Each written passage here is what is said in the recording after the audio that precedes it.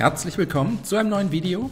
Heute zeige ich euch ein schnelles und einfaches Rezept für eine leckere Tortellini-Pfanne mit Spitzkohl und Hackfleisch. Dafür als erstes eine große Zwiebel abziehen und fein hacken.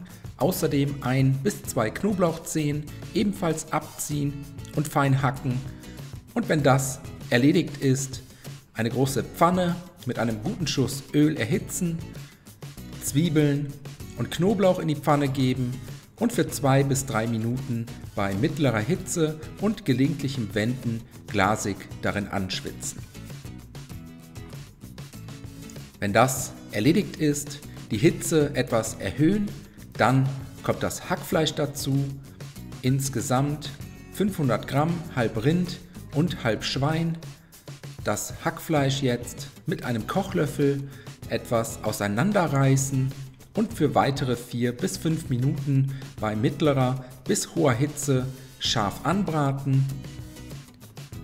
Ruhig auch schon mal mit etwas Salz und frisch gemahlenem Pfeffer würzen. Gelegentlich mal umrühren.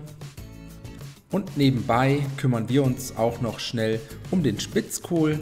Ich habe hier etwa 600 Gramm Spitzkohl verwendet. Einfach mit einem Messer in dünne Streifen schneiden und dann zum Hackfleisch in die Pfanne geben.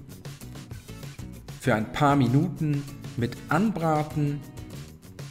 Gelegentlich mal umrühren und sobald der Spitzkohl ein wenig zusammengefallen ist, geben wir die restlichen Zutaten dazu.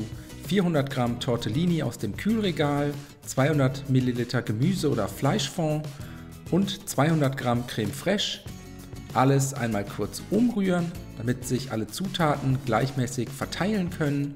Und zum Schluss kommen nur noch die Gewürze dazu, ein gehäufter Esslöffel scharfes Eiweiß und je einen Teelöffel süßes sowie geräuchertes Paprikapulver. Alternativ könnt ihr hier natürlich auch mit anderen Gewürzen arbeiten. Alles ein letztes Mal gut umrühren, bei niedriger bis mittlerer Hitze kurz cremig einköcheln lassen, nochmals mit Salz und Pfeffer abschmecken und dann auf tiefen Tellern verteilen. Noch etwas gehackten Schnittlauch oder Petersilie für die Garnitur oben drüber streuen. Und dann wünsche ich euch einen guten Appetit.